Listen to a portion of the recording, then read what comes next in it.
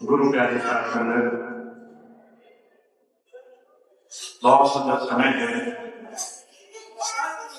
महाराज जी के जन्म दिवस का पावन महीना है। एक संत के, एक महापुरुष के इस संसार में प्रगट स्वरूप को हम सब साधारण मनुष्य जीवन में कैसे धारण करें, किस तरीके से उनकी बात को जीवन में समझें, इस बात को चरितार्थ करने के बहुत सुंदर समय है। आज दिन तक अनगिनत महापुरुष संसार में आए हैं, पर जो कहा करते थे महापुरुषों की बात, महापुरुषों का संदेश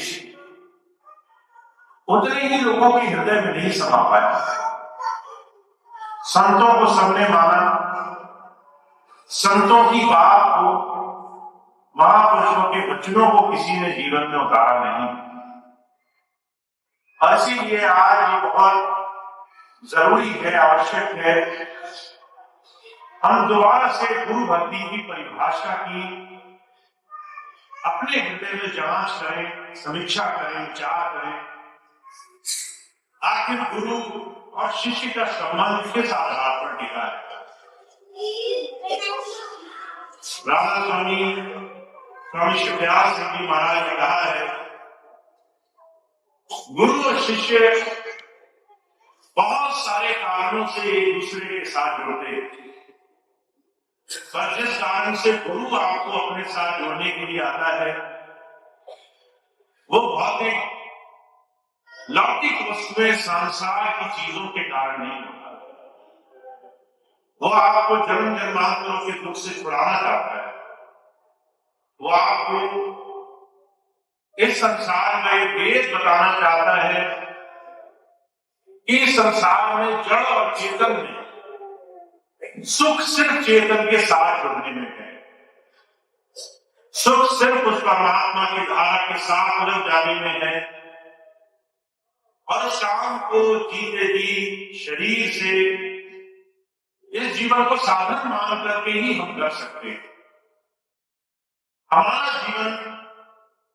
जीवन पर्यंत उस प्रभु धारा से जुड़ने के लिए एक बड़े सुंदर स्वरूप में हमें दिया गया है।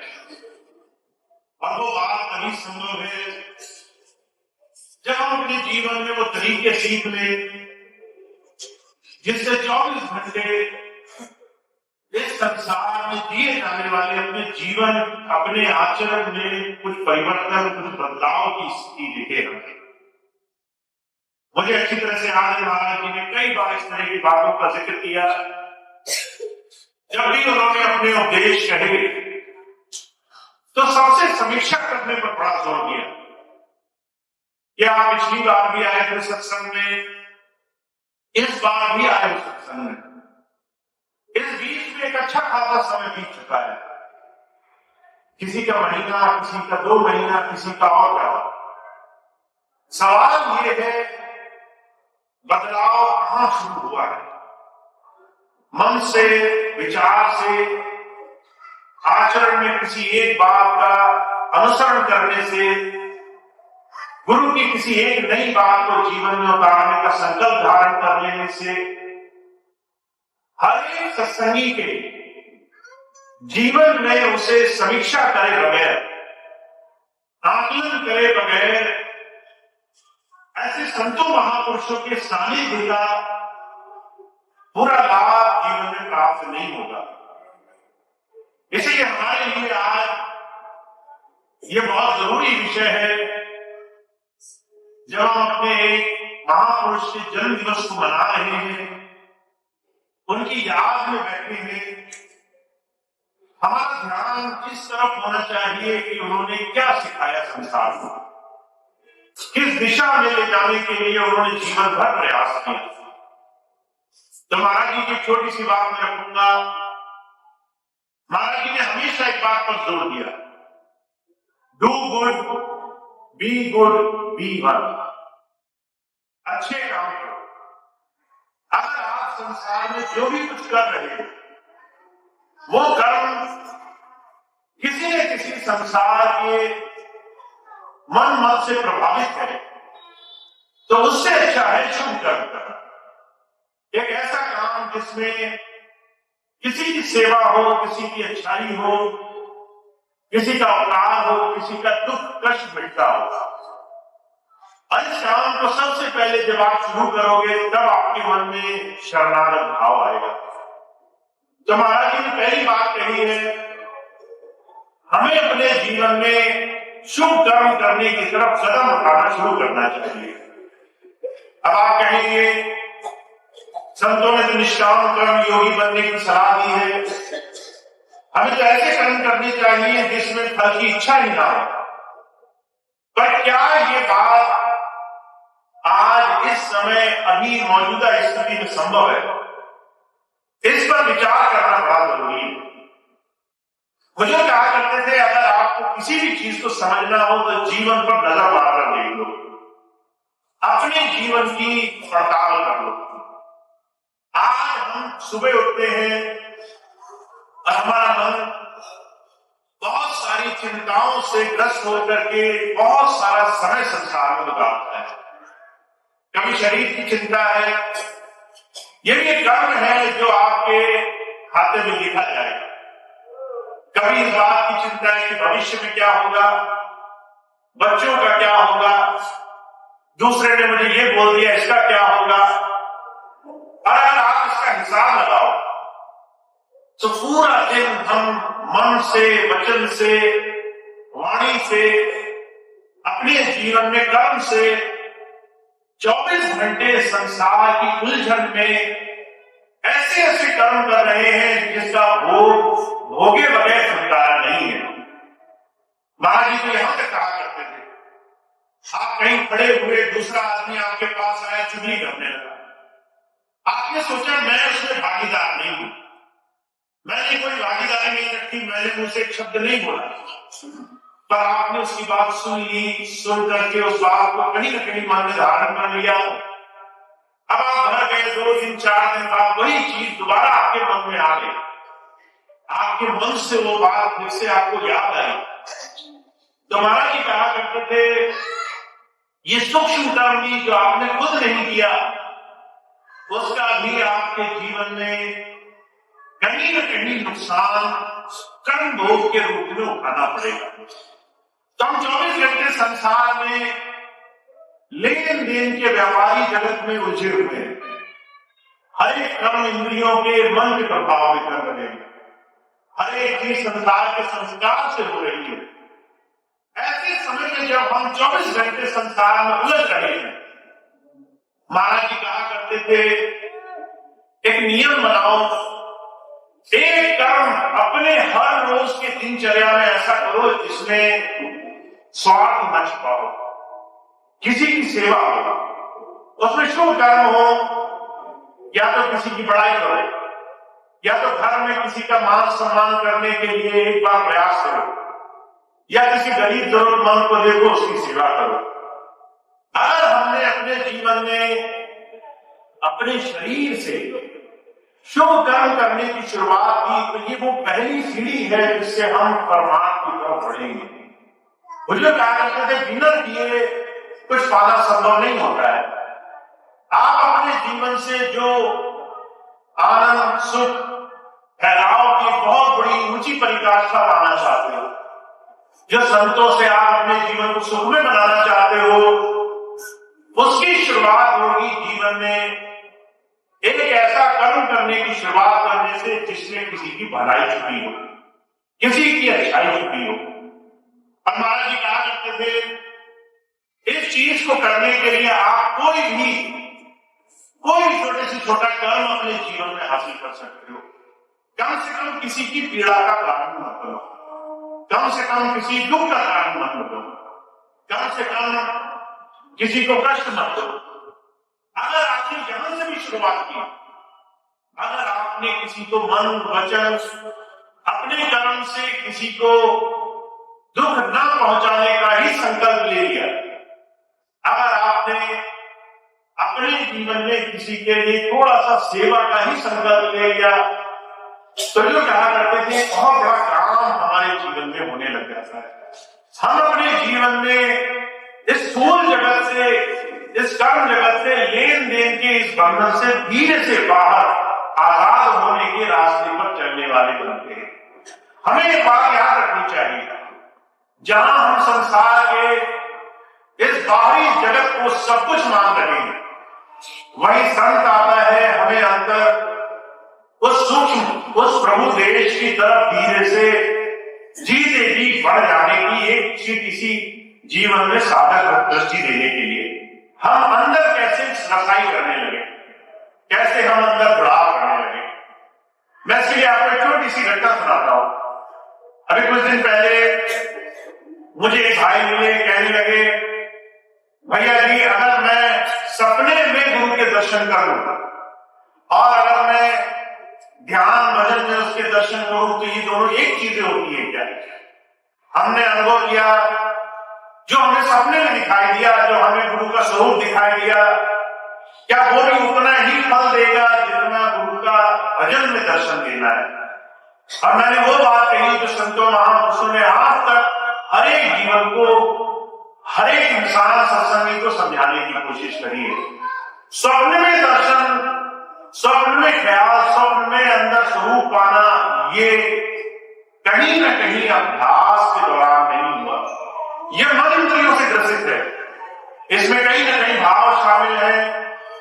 एक चीज जो मनोभाव से होकर आई है, दूसरी तरफ आप जब आंखें मूंद कर बैठे ध्यान में, तो दूसरी चीज वो जो आपको बहुत बहुत गुरु चरणों में शरणागत होने के बाद की है। दोनों चीजों में बड़ा भारी फर्क है। आप आंखें मूंद करके सपने में किसी भी दिन दर्शन कर सकते हो, पर अगर आप खोल करके ध्यान के समय चेतन स्वरूप में दर्शन करना चाहो तो जो कहा करते थे, आपको महीनों का अभ्यास ही कम पड़ेगा। आप महीनों साधना करने के बाद भी ध्यान में गुरु का दर्शन स्वेच्छा से नहीं पा सकते। आप काल्पनिक रूप में बना सकते हो, पर आप चेतन स्वरूप नहीं बना सकते। इसीलिए कृपाल सिंह जी महाराज कहा करते थे, emotions, feelings, influences, these all are subject mirrors, seeing is above all, seeing is believing. अगर आपने मन से एक कल्पना करी, अगर मन में कोई भाव आया, उस भाव में आप बह गए, अगर आपने खूब पढ़ा लिखा और बुद्धि से परिणाम निकाल लिया, ये चीज ऐसी है, ये चीज वैसी है, तो उसको देखा नहीं, तो कृपाल सिंह जी महाराज कहा करते थे, चाहे मनोभाव हो, चाहे कल्पना हो, चाहे बुद्धि हो, चाहे पढ़ लिखने के बाद तर्क हो, ये तमाम चीजें देखने, अनुभव करने से बहुत छोटी है। ये अंतर उस प्रभु धारा को पाने से बहुत तुच्छ है, बहुत साधारण है। इसकी कल्पना, इसकी तुलना कभी भी अनुभव से नहीं की गई। Seeing is above all. अगर आपने अंदर उसको नहीं देखा है तो समझ लीजिए बाकी की ये सारी चीजें किसी न किसी भूल में ले जाएंगी। इसलिए जब संत आते हैं, वो कहते हैं किसी भी दूसरी दृष्टि से किए हुए काम को गुरु भक्ति मत मानो। बाहरी तमाम आना जाना, लेना देना, इसको गुरु भक्ति मत मानो। बाहरी तमाम भौतिक कारणों को गुरु भक्ति मत मानो। गुरु भक्ति शुरू होती है आचरण से। जब आप अपने जीवन में कुछ करने लग जाते हैं जो गुरु की दिशा में किया हुआ काम है, तो जो कृपाल सिंह जी महाराज कहा करते थे, अपने अभ्यास से भक्ति करो, अपने आचरण से भक्ति करो। और पहला निर्देश उन्होंने क्या दिया कि तुम्हें कुछ ऐसा कर्म करना शुरू करना है जिसमें अच्छाई हो, दूसरों की पीड़ा के केंद्र न बनो, दूसरों के दुख का कारण न बनो। फिर क्या कहते हैं, be one, do good, be good. तुम्हें अपने अंदर में, अपने अंदर से अपनी अच्छाई का केंद्र बनना है। तुम्हारे हृदय में पाप पवित्रता होनी चाहिए, तुम्हारे अंदर निर्मलता होनी चाहिए, क्योंकि किसी भी सत्संगी, किसी भी अध्यात्म पथ पर चलते हुए बाहरी रूप से बड़े बड़े काम उस प्रभु को पसंद नहीं। कभी साहब कहते हैं, कबीरा मन निर्मल भया जैसे गंगा नीर, पीछे पीछे हरि फिरे कहत कबीर। मन जिस दिन निर्मल हुआ, जिस दिन अंदर सफेदी आ गई, जिस दिन पवित्रता आ गई, मन में छल नहीं रहा, मन में द्वेष नहीं रहा, भेदभाव नहीं रहा, मन में तेरा मेरा ऊंच नीच की इस तमाम संकट को छोड़ करके बस गुरु को अपना मान लिया, समर्पण हो गया, वहां पर झुक गया, वहां पर हर एक चीज के दायरे में गए। कबीर साहब कहते हैं ये वो बड़ी ऊंची अवस्था है जिसे हमें और आपको पाना है। हमें तमाम दुनिया के ऐसे क्लेश, दुनिया की छल कपट, दुनिया की तमाम बातों से अपने मन को सावधान करना है। इस मन की सफाई में हमें अपने जीवन को जीना शुरू करना है। और आप यकीन मानिए, आपको लगता होगा ये काम बड़ा आसान है, हम जब चाहे मन को साफ कर लेंगे, पर ये काम उतना आसान नहीं है जितना आसान आप सोचते हो। आप अपने बाहरी शरीर को धो सकते हो, अपने बाहरी शरीर को निर्मल कर सकते हो, गंगा स्नान कर सकते हो, इस शरीर की पवित्रता के लिए बाहरी भौतिक साधन कर सकते हो। मन साफ करना आसान काम नहीं है। मन की निर्मलता के लिए आपको धीरे धीरे अपने विकारों पर अंकुश रखना पड़ेगा, अपने विकारों को धीरे धीरे चुन चुन करके जीवन से निकालना पड़ेगा। मुझे बड़ी अच्छी तरह से याद है स्वामी जी के जीवन की घटना। स्वामी जी कई बार बात को कहा करते थे। एक बार स्वामी जी में सत्संग हुआ, एक चौधरी साहब आए, सत्संग में बैठे, स्वामी जी का सत्संग सुना, नाम लेने की इच्छा हो गई। स्वामी जी ने नाम दिया। स्वामी जी ने नाम देने के बाद इन दिनों कहा करते थे भाई सत्संग में आना और धीरे धीरे जीवन को शुद्ध रखना, जो भी तुम्हारे अंदर छोटी मोटी विकार हो उसको धीरे धीरे छोड़ते जाना। अब चौधरी साहब थे, मान बहुत का कहने लगे ये काम तो मैंने पहले ही कर रखा है, गलत काम तो मैं करता ही नहीं। कोई मुझसे पूछे, आप समाज में किसी से पूछ लो, चौधरी साहब कहते हैं बहुत अच्छे हैं, कोई गलत काम नहीं करता। अब स्वामी जी कहने लगे चौधरी साहब अगर ऐसा है तो अभी घर से जब यहाँ घर जाओ तो अगर मन में, अगर वाणी में, अगर कर्म में एक भी गलत ख्याल आए तो एक कंकड़ रख लेना झोले। चौधरी साहब कहने लगे बेकार की बात कही स्वामी जी ने, कंकड़ तो बहुत दूर की बात है, कुछ भी नहीं आता है। अब बाबा निकले, जब निकले तो जैसे किसी को देखे तो पहले ही एक गलत विचार मन में घूमने लगे। दूसरे को देख कर कभी बोले कि ये बुरा है, ये इस तरह का है, उस तरह का है, चोरी चकारी करता है, सेवा भी नहीं करता, हजारों विचार मन में आते रहे। एक एक विचार का एक एक कंकड़ चौधरी साहब को रखना पड़ा। जब घर पहुंचे शाम को तो झोला भारी हो गया। जब झोला कटा तो देखा ढेरों कंकड़ का ढेर लग गया। मन में उनके लिए बात आई, गुरु किस विकार, किस छोटे सूक्ष्म छोटी छोटी ऐसी तमाम चीजों की बात कर रहा है। ये बात नहीं कर रहा कि तुम जाकर किसी को मारते हो, वही एक बुरा कारण है। हमारे हृदय में, हमारे विचार में, हमारे अंदर अगर ऐसे विचार आए तो ये विचार गुरु कहा करते थे दो तरीके से हमारे जीवन में काम करेंगे। महाराज जी मिसाल बताया करते थे, अकबर बादशाह था, एक दिन मन में विचार आया मैं अपने प्रजा की, अपने लोगों की खुशामदी देखूंगा। तो बीरबल से कहने लगे आज हम शहर में चलेंगे और भेष बदल कर चलेंगे, देखेंगे हमारी प्रजा, हमारे लोग खुश भी हैं कि नहीं। बीरबल ने सावधान किया कि महाराज आपकी आदत नहीं है, आप लोगों से मिले नहीं हो, शहर में महल में रहते हो, सब कुछ अच्छा है, बाहर निकलोगे हो सकता है तकलीफ आए। अब राजा था, अकबर कहने लगा नहीं मैं जरूर चलूंगा। दोनों ने भेष बदला।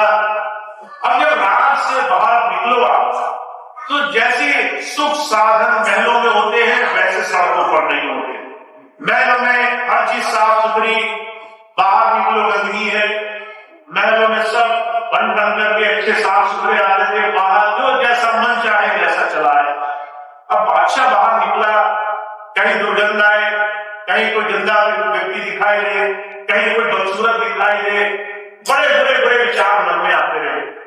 बीरबल से वो अपने विचार प्रकट करते रहे, कहने लगे कि बड़ा बदसूरत आदमी है, बड़ा अनजान आदमी है, बड़ी गंदगी में भरा हुआ आदमी है, बड़े बड़े बड़े विचार आते रहे।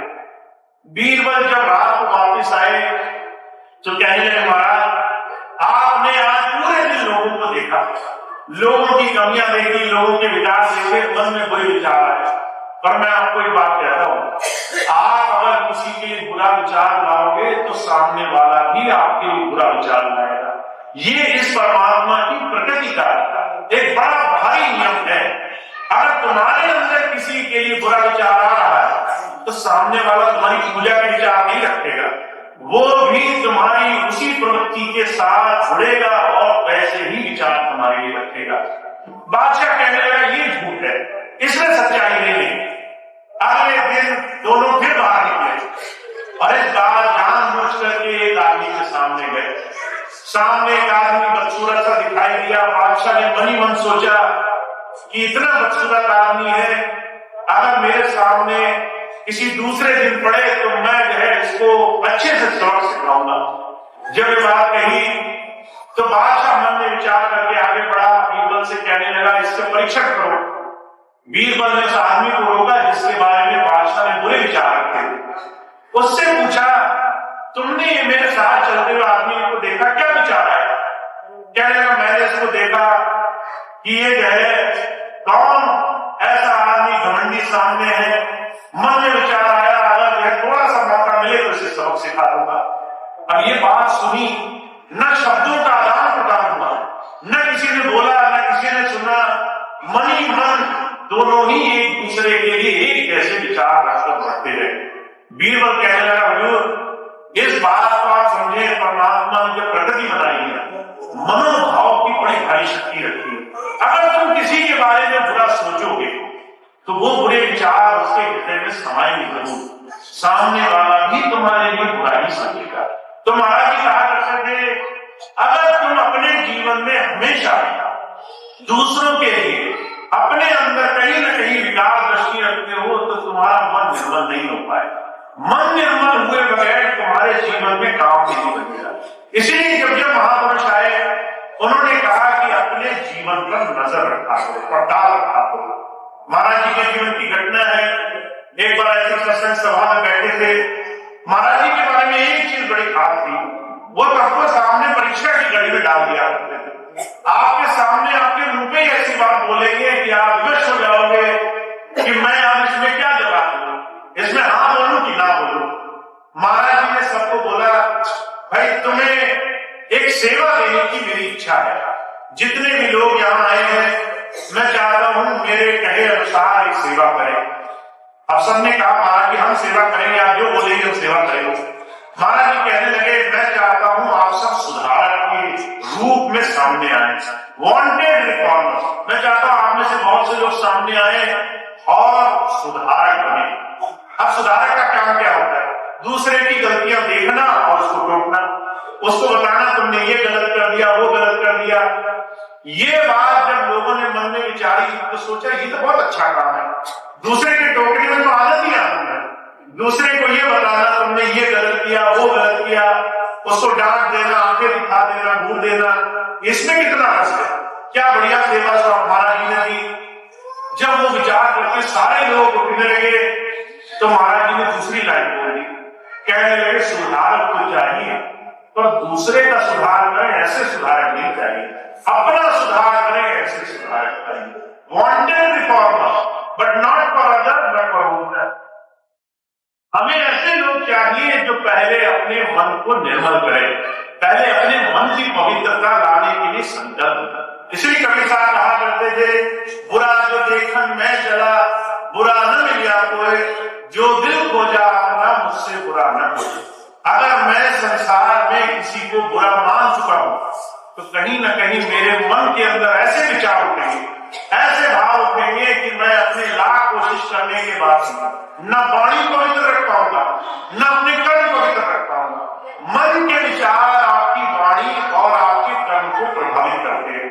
आप चाहे लाख कोशिश करें, महाराज जी कहा करते थे अगर आपके मन में एक बुरा विचार आ गया तो आप समझ लीजिए वो आपकी वाणी और आपके कर्म पर जरूर प्रभाव डालेगा। आपके जबान से भी वही भाषा निकलेगी और आप जाने अनजाने में उसी तरीके से कर्म करने लगोगे, उसी तरीके से उसी दिशा में बढ़ने लगोगे। तो महाराज जी ने दूसरी बहुत जरूरी व्यवहारिक बात की। अब इसमें अभी तक भजन की बात नहीं आई है, आपने गौर से देखा होगा। पहली बात महाराज जी ने कहा कि अच्छे कर्म किया करो, इसमें भजन की बात नहीं कही, व्यवहारिकता आचरण को सुधार की बात कही। दूसरी बात कह रहे हैं कि भाई हमें जो है अच्छा नेक पाक पवित्र जीवन जीना है, हमें अपने इस जीवन में सुधार लाना है, हमें अपने आचरण में सुधार लाना है।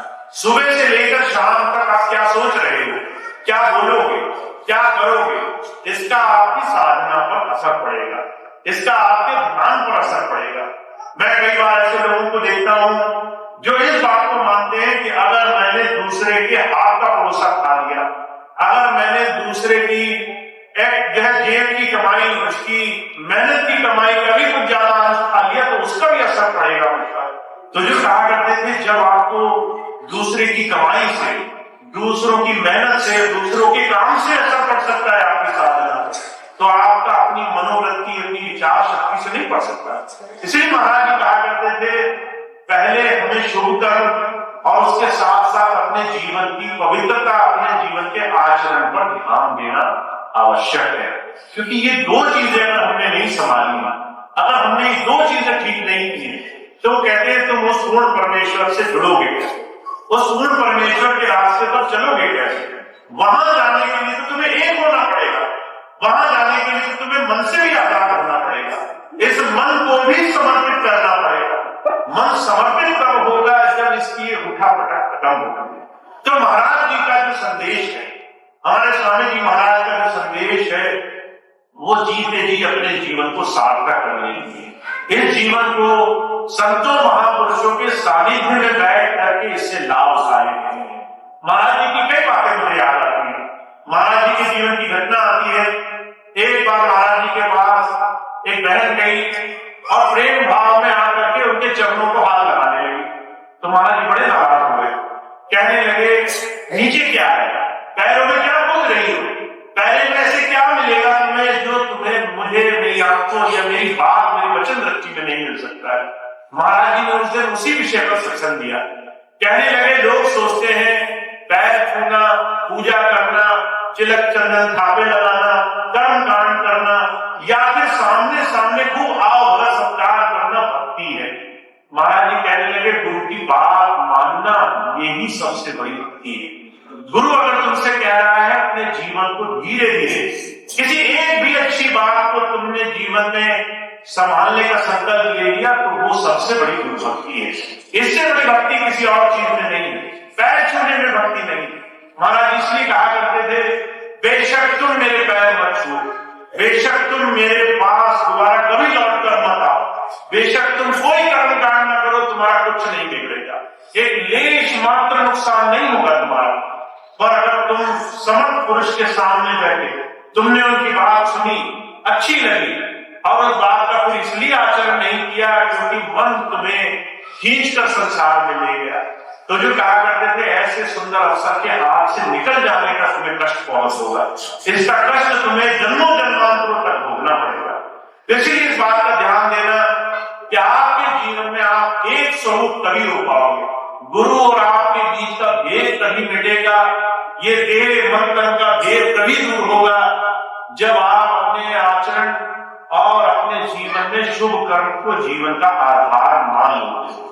तो मैं बार बार इसलिए आपको जोर देता हूं, आपने नाम ले लिया, नाम लेकर के भजन साधना में लगते हो, थोड़ी देर ध्यान करते हो, पर उस थोड़ी देर के ध्यान में अगर परिवर्तन नहीं आ रहा, धीरे धीरे बदलाव नहीं बंद, अभी हम बाहरी जीवन में कुछ गलत कर रहे हैं, बाहरी जीवन में हमारा ध्यान कहीं और है, अभी हमारा दुनिया को तौलने मौलने, दुनिया को परखने की तरफ ध्यान है, दुनिया का हम विवेचना करने में लगे, लोगों की जांच पड़ताल में लगे।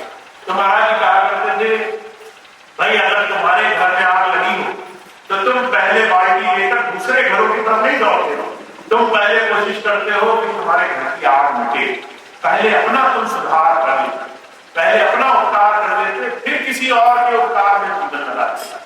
इसलिए बहुत जरूरी हमारे जीवन का ये आदर्श है।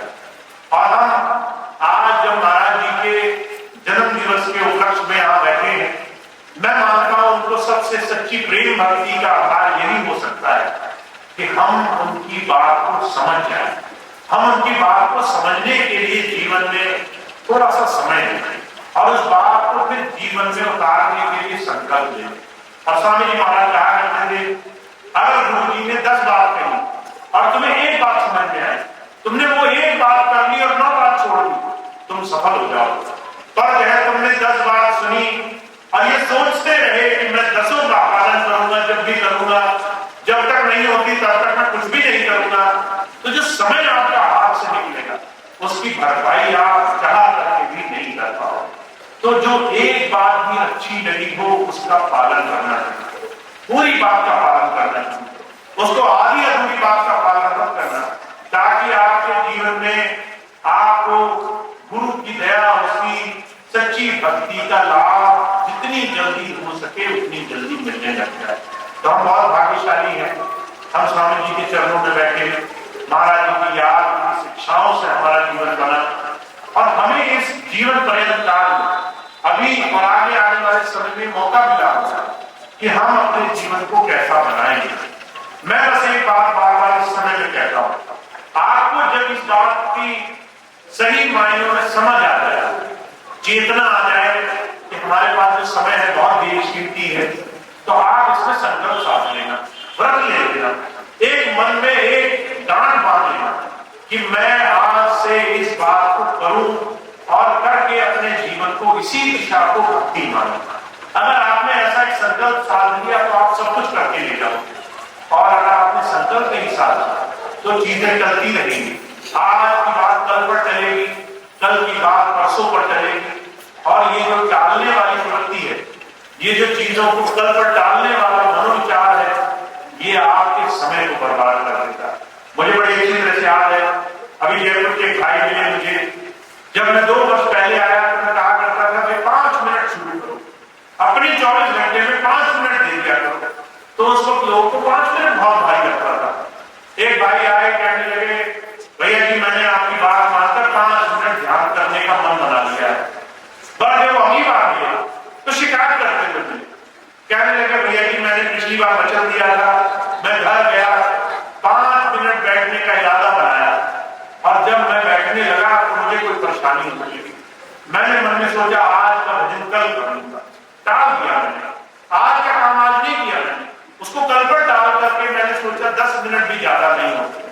अब अगले दिन जब समय आया तो मन में फिर कोई विचार आने लगे कि वह आज 10 मिनट का कल पढ़ लेगा, 15 मिनट तो बहुत ज्यादा नहीं होते। अगले दिन, तीसरे दिन 15 मिनट हो गए, तीसरे दिन फिर कोई काम याद आ गया, 20 मिनट हो गए, 25 मिनट हो गए, 30 मिनट हो गए।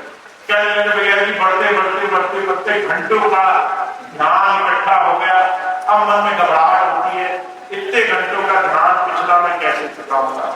पर भाई स्वामी जी की बात मैं आपको बताता हूँ, महाराज जी ने स्वामी जी के सामने खूब सारी संगत बैठी थी, उनको कहा भाई मैं प्रसाद देता हूँ, प्रसाद ले लो।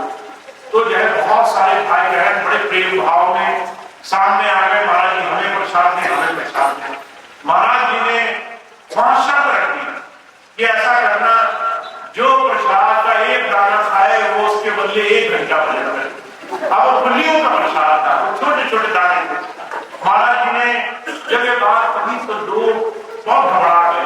छोटी छोटी फुलियां अगर किसी ने 1 मुट्ठी दे दी तो सैकड़ों दाने आ जाएंगे, इतने घंटे भजन कैसे करेंगे। ये सोच सोच करके लोगों ने हाथ पीछे खींच दिए। स्वामी जी ने गोली फैला दी। महाराज जी ने ऐसे दोनों हाथों से भर करके फुलियों का प्रसाद दिया। अब आप विचार करें, एक हाथ में बहुत ज्यादा आ जाती है, 2 हाथ भर के दिए महाराज जी ने, और कहा 1 महीने में करके दिखाना है। और 1 महीने में महाराज जी की इस बात का कम से कम 230 या कुछ ऐसी फुलियां थी।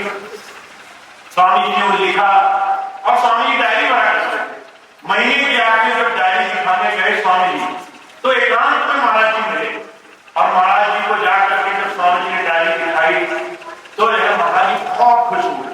महाराज जी ने कहा कि मेरी इतनी संगत में एक ऐसा है जो मेरी बात का आचरण कर रहा है। तो मैं आपको सिर्फ ये बात बताना चाहता हूँ, गुरु की खुशी इस बात में नहीं है कि आप कितनी अच्छी मिठाई लेकर आए, आप कितना उसके सामने उसके गीत गाएंगे। उसकी खुशी इस बात में है कि वो जो समझाने के लिए आया है वो आपको समझ में आ गया है, और आप भी उतने ही प्रेम भाव में उस दिशा में बढ़ रहे हैं। तो हम सबको बहुत सुंदर अवसर मिला है, जीवन हमारे सामने है, गुरु की शिक्षाएं हमारे सामने है। हमने बस कमर कस के गुरु की बात पर आचरण करने का संकल्प साध लिया कि हम गुरु की बात को जीवन में आचरण में लाने के लिए भरसक प्रयास करें। तो महाराज जी के जन्म दिवस का पावन अवसर है। मैं आपसे एक ही बात कहता हूँ, अगर गुरु जी की बात अच्छी लगी, अगर स्वामी जी की बात अच्छी लगी, अगर महाराज जी की बात अच्छी लगी, तो संकल्प साथ लो। बिना संकल्प नहीं कर पाओगे। इसको एक व्रत से बांधो कि मैं 1 महीना करके देखूंगा, और 1 महीना जब आप गुरु की बात पर, एक बात पर आचरण करना शुरू करोगे तो चमत्कार होने लगता है। गुरु की दया से हम अंदर से जुड़ने लग जाएंगे, अंदर से गुरु धारा से हमारे जीवन में गुरु की कृपा हमें महसूस होने लगता है। तो आप सभी स्वामी जी की दया से जुड़े, खूब खूब अंदर से बालो बालो जीवन में प्रेम प्यार आए, निर्मलता आए, सेवा भावना आए, जीवन में छल कपट तरह तरह की हजारों चीजें जो 24 घंटे चारों तरफ चल रही हैं, उसका लेश मात्र असर ना हो। लोग हमें कुछ भी बोले, मन इतना साफ हो, हम उनकी बात पर एक रत्ती मात्र भी विचार न करें। हम इतना प्रेम में डूबे हों कि हम गुरु की बात पे सारी बातों को भूलते देर न लगें। तो ऐसा आचरण बनाना है, ऐसा जीवन में संकल्प बनाना है, ताकि घोर कलयुग में जहाँ कोई किसी को मानने को राजी नहीं है, भाई भाई को देखकर राजी नहीं, घर में लड़ाई झगड़े हो रहे, ऐसे में आप सत्संगी परिवार ऐसा हो, गुरु प्रेमियों का परिवार ऐसा हो कि लोग दूर से कहीं और आश्चर्य मान जाए कि कलयुग में ये कैसे लोग हैं जो गुरु प्रेम, अपने मन की निर्मलता, सच्चाई के लिए जीवन जी रहे हैं और उनका जीवन इतना पवित्र है। तो हम बहुत भाग्यशाली हैं, हमारे सामने ऐसा सुंदर साधन स्वामी जी ने रखा है, इसका हम लाभ उठाएं, इस दिशा में बढ़े। ऐसी मेरी आप सबकी प्रबल भावना है, आप सबको इसमें खूब खूब लाभ मिले, खूब मदद मिले, ऐसी मैं स्वामी जी से प्रार्थना करता हूँ कि आप सब लोग भजन में बैठे, जब संकल्प लें स्वामी जी मैं आज ही करूंगा, तो वो काम करने में आपको खूब मदद मिले, आप उसमें खूब हिम्मत से आगे बढ़ सकें, आपको संकल्प पूरे करने की शक्ति प्राप्त हो। तो इतनी बात कहती मैं अपनी बात समाप्त करता हूँ। आज का ये सत्संग कार्यक्रम इसी बात के साथ समाप्त होगा। आप सभी भाई बहनों का बहुत बहुत धन्यवाद है, आपने यहाँ आए, गुरु चर्चा में सत्संग में बैठे और आज के कार्यक्रम का लाभ उठाया। अब आज का कार्यक्रम एक प्रार्थना के साथ समाप्त होगा, प्रार्थना होगी, उसके बाद आज का कार्यक्रम समाप्त होगा। सभी भाई बहन लंगर प्रसाद सकेंगे, जो भाई बहन सेवा में अपना सहयोग देते हैं सहयोग देंगे, जो भाई बहन दूसरी सेवाओं में लगे हैं उसमें लगेंगे और इस कार्यक्रम का लाभ उठाएंगे। मैं 2 सूचनाएं आपको दे दूं। अभी आपके सामने एक बात बोली गई, स्वामी जी महाराज ने अपने नाम से सिर्फ एक ही आश्रम बनाने का अपने समय में उन्होंने ये विचार रखा था। स्वामी दिव्यानंद नगर वो भोजीपुरा बरेली में लगता है, हालांकि आपके आश्रम का नाम स्वामी जी के नाम पर है, ये तो नहीं कह सकते कि अब एक ही आश्रम है, पर यह है कि स्वामी जी के समय में उस आश्रम को बनाने के लिए स्वामी जी ने बहुत बहुत प्रेम भाव से खूब लगन से उसको जोड़ा। तो बहुत समय के बाद एक बार दोबारा से हम सभी संगत के साथ स्थापना दिवस भोजीपुरा आश्रम का मना रहे हैं। 16 फरवरी को कार्यक्रम होगा और वहां पर सारे भारतवर्ष से लोग इकट्ठे होंगे और बहुत भव्य कार्यक्रम के रूप में हम उसको मनाएंगे। हालांकि कानपुर की संगत ने यहाँ से कहीं भी आना जाना छोड़ दिया है। जैसे किसी हरिद्वार में रहने वाले आदमी को लगता है कि हम तो वैसे ही ऐसी जगह रहने का तीर्थ है, तो हम बाहर क्यों निकले, वो बाहर नहीं जाना चाहते। ऐसे कानपुर वाले जल्दी बाहर नहीं जाते। पहले स्वामी जी के समय में यहाँ से बहुत बसें जाती थी, पर अब जो है कानपुर भाई बहन वो जो है बहुत आराम की स्थिति में है। वो सोचते हैं कि यहाँ से बाहर न जाना चाहिए, पर थोड़ा सा आपके लिए ये चुनौती है कि आप अपना आराम को छोड़ पाए एक बार के लिए, और 16 फरवरी के कार्यक्रम के लिए आप भोजीपुरा तक पहुंच पाए। तो आप इस कार्यक्रम में पहुंचे, ज्यादा से ज्यादा संख्या में पहुंचे। एक बार फिर से उसी भव्य रूप में हम अपने गुरु की याद, उनके वचनों को मनाएंगे। 16 फरवरी का दिन याद रखेंगे।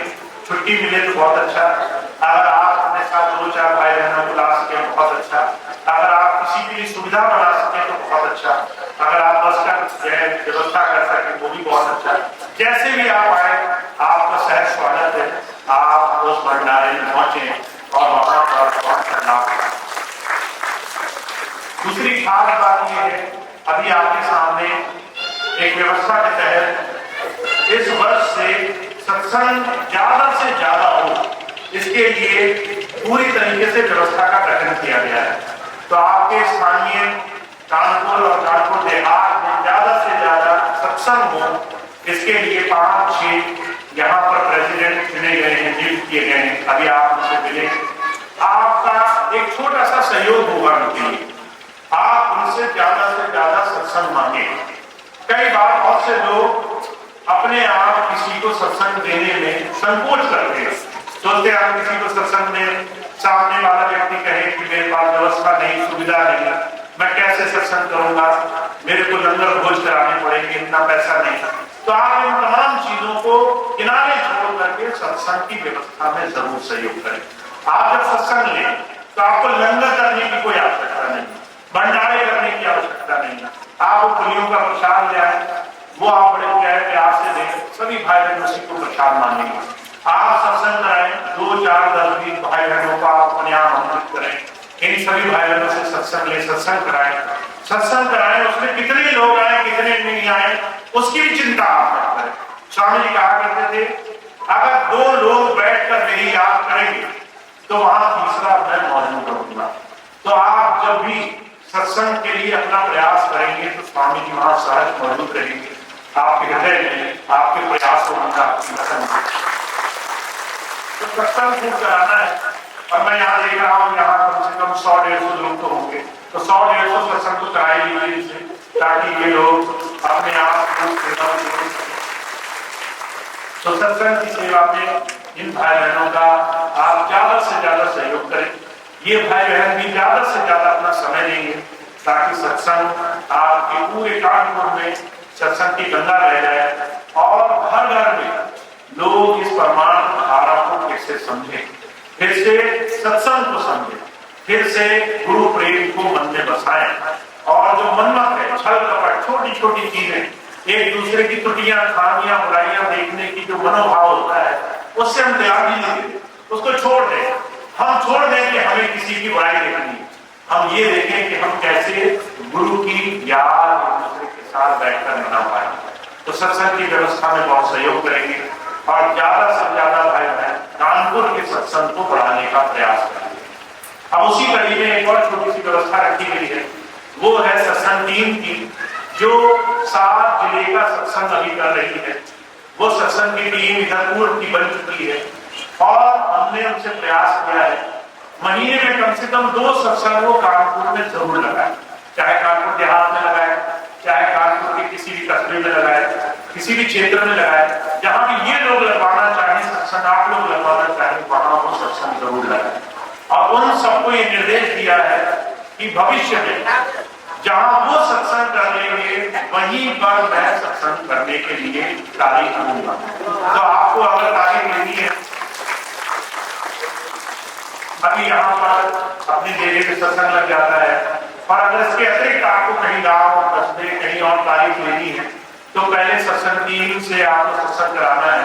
सत्संग टीम से सत्संग कराने के लिए पहले ये हमारे क्षेत्रीय भाई बहनों से सत्संग कराना है। तो ये प्रणाली है, एक प्रथा है, इसको आप धीरे धीरे ज्यादा से ज्यादा ले आए अपने जीवन के आचरण में, जिससे आपके प्रयासों से आपके पास नजदीक रहने वाले भाई बहनों को बहुत बहुत लाभ होगा। तो इतनी बात कहकर मैं अपनी बात समाप्त करूंगा। एक और खास बात है, एक और खास बात है, आपको पता है स्वामी जी महाराज की इस नई समिति का गठन हो गया है, दिव्यानंद योग साधना समिति। इसके 3 सूत्रीय कार्यक्रम है। पहला कार्यक्रम है सत्संग, दूसरा कार्यक्रम है मानव मात्र की सेवा। हम कैसे ज्यादा से ज्यादा सेवा में एकजुट होकर तत्पर हो पाएंगे। तो अभी कानपुर में तरह तरह से कैंप लगते हैं, पर मैं चाहता हूं इस कैंप में हमारे कुछ ही भाई बहन सहयोग दे पाते हैं। फिर ये तो हमारे दूसरे तमाम जितने भी चिकित्सक, डॉक्टर, जितने भी इस तरह के कंसल्टेंट्स हैं, उनकी ये हमारे लिए एक बहुत बड़ी बात है कि वो आते हैं, यहाँ कोई ना कोई कैंप लगाते हैं, ये हमारी बहुत बड़ी चीज है। पर सेवा तब बहुत अच्छी होती है जब हम में से 10, 20, 50 भाई बहन आपस में मिलकर के कोई ना कोई सेवा के लिए एकजुट हो। तो उसके लिए आप सब लोग को एक समिति के तहत जुड़ना है, यानी सेवादार भाई बहनों का एक ग्रुप, एक समूह तैयार हो जो सत्संग वाले दिन ये आए और कहे कि बताइए मैं क्या सेवा करूं, मैं लंगर की सेवा करूं, यहाँ आश्रम की सेवा में लग जाऊं, या महीने में हम किसी सेवा कार्य में लगे जो समाज में किसी जरूरतमंद, किसी जरूरत की व्यवस्था में हम कर सकें। तो उसके लिए आप सबका एकजुट होना बहुत आवश्यक है। तो मुझे उम्मीद है कि आप में से कुछ सक्रिय भाई बहन मिल करके अभी इस समिति के साथ जुड़ेंगे और ज्यादा से ज्यादा सेवा कार्यों में अपना सहयोग देंगे। और तीसरी चीज सदस्यता। कितने भाई बहन ऐसे हैं जो अपनी सेवाओं में से कुछ सेवा दे करके इस सेवा कार्य को संभव बनाना चाहते हैं? तो सामान्य सेवा, समर्पित सेवा और आजीवन सेवा, 3 तरह की सेवाएं हैं। आजीवन सेवा सिर्फ लोग मेरे पास ही जमा कर सकते हैं, उसके लिए हमें मुझसे मिलना पड़ेगा। समर्पित सेवा और सामान्य सेवा वो आप अपने यही दानपुर क्षेत्र में यहाँ पर अपने डीजी जो चौहान साहब हैं उनसे संपर्क करके वो यहाँ पर जमा कर सकते हैं। चौहान साहब जिसे कहें, जिसको भी सेवा देते हैं वो सेवा जमा करे और वो सेवा से बड़े सेवा कार्य हो सकते, इस बात का प्रयोजन किया। तो इतनी बात कहकर मैं अपनी बात समाप्त करता हूँ। अब कार्यक्रम के लिए अंत में प्रार्थना और उसके बाद अभिवादन से एक छोटी सी बात आपको कहना चाहता हूँ। हालांकि आप सबके बड़े अवदान है, ये आज एक काटने की व्यवस्था रखी गई है। मैं चाहता हूँ आज हमसे आखिरी बात करें, ठीक है ना? आप सबको खूब प्रसाद मिले, ये एक अच्छी व्यवस्था है। ये केक काटने की व्यवस्था हम आज आखिरी बार करेंगे। उसके बाद जब भी भंडारे हो आप प्रसाद खूब बांटें, मुझे उसमें कोई आपत्ति नहीं है। खूब प्रेम भाव से यहाँ प्रसाद है सभी संगत को। पर ये केक काटने की परंपरा को धीरे से इस बार के बाद हम यही विराम दे देंगे। बहुत आपके सेवा प्रस्ताव प्रेम भाव, ठीक है ना?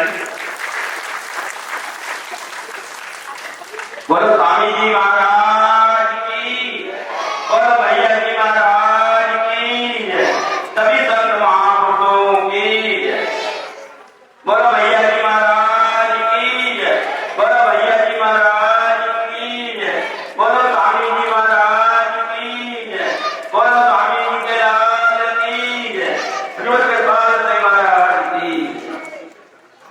ये आप लोग बैठे ये प्रसाद लगा के साथ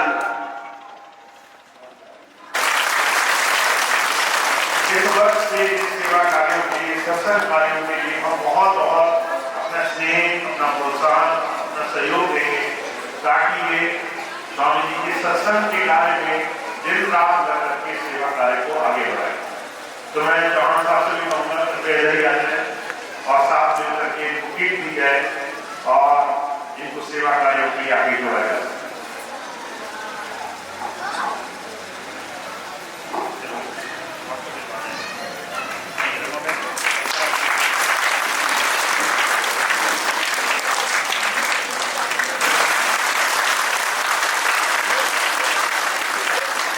ये सब किट नहीं है, जिम्मेदारी का बंटवारा है इनके लिए, बहुत सारा काम है इनके लिए।